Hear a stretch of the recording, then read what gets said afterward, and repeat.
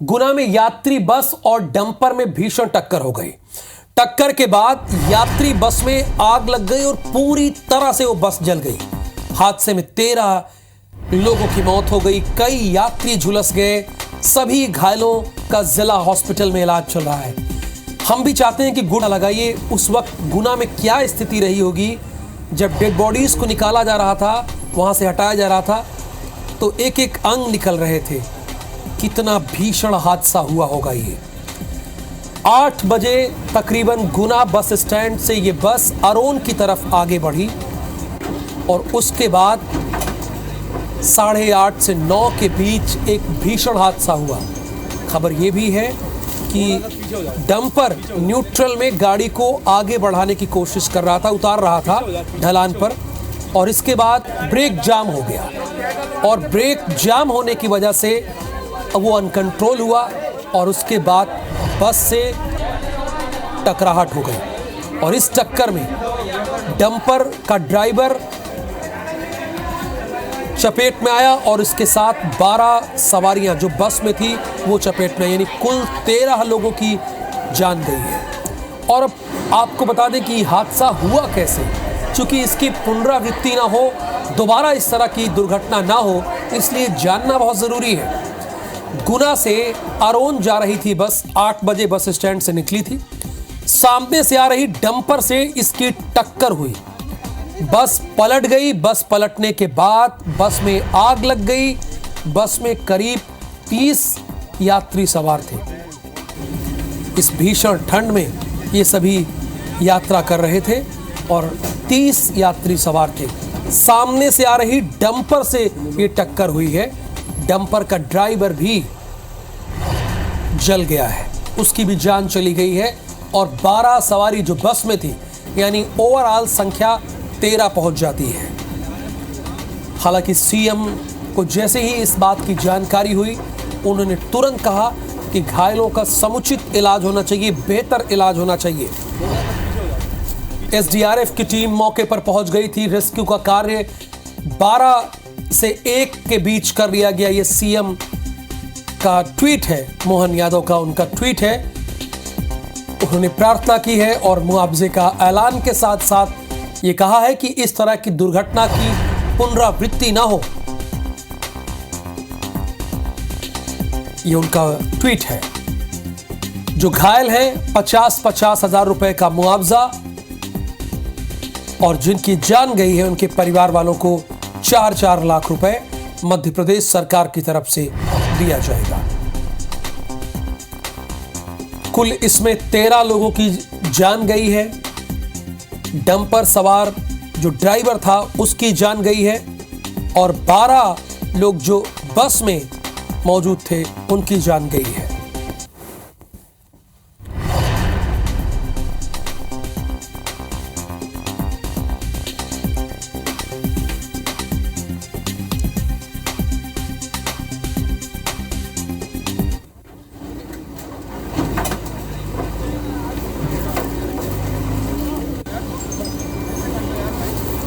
थोड़ा सा पीछे। मेन चीज तो क्या हमारे यहाँ सरकार गलत है। जो बस चल रही है, बस में इमरजेंसी गेट नहीं है, ठीक है, मेन चीज।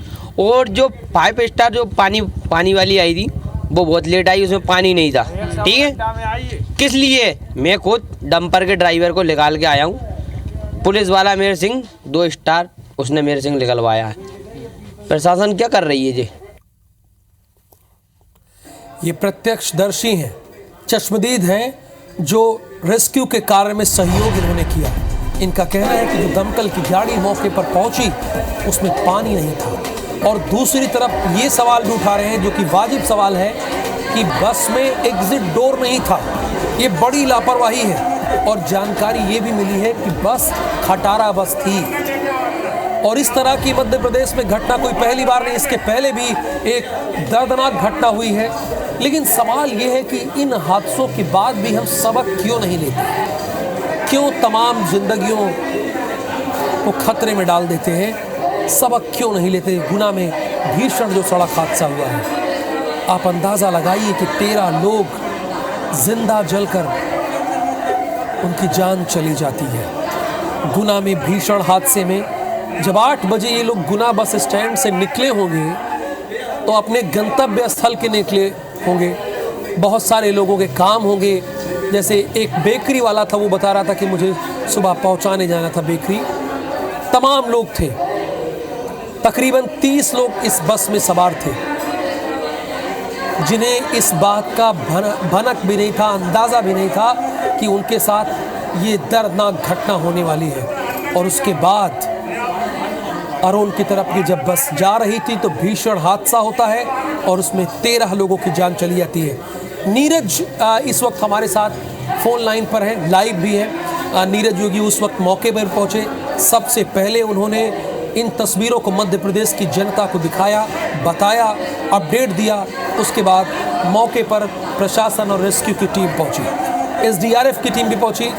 नीरज, आप तो अभी भी वहां मौजूद हैं। रेस्क्यू का कार्य आप बता रहे थे कि रात 1 बजे तक पूरा कर लिया गया है, लेकिन अभी भी जो सबसे बड़ा और अहम सवाल है, ये हादसा हुआ कैसे? बिल्कुल, मैं आपको बता दूं कि ये जो घाटी है, यहाँ पर जब बस ऊपर की तरफ चढ़ाई कर रही थी और इसी बीच में जो ऊपर की तरफ से जो नीचे की तरफ ढलान है, उसे उतरते हुए जो डंपर यहाँ पर आ रहा था, उसने इस बस टक्कर मार दी। आमने सामने टक्कर लगने के बाद में बस में आग लग गई और आग लगने के बाद इसमें जो यात्री हैं वो इसमें फंसे रह गए और इसी कारण ये हादसा हुआ है, दर्दनाक हादसा हुआ है, जिसमें अभी तक 13 लोगों की जान इसमें जा चुकी है और कहीं ना कहीं 16 से अधिक लोग जो हैं वो इसमें घायल बताए जा रहे हैं। जी, और डंपर में कितने लोग तकरीबन थे ड्राइवर को लेकर?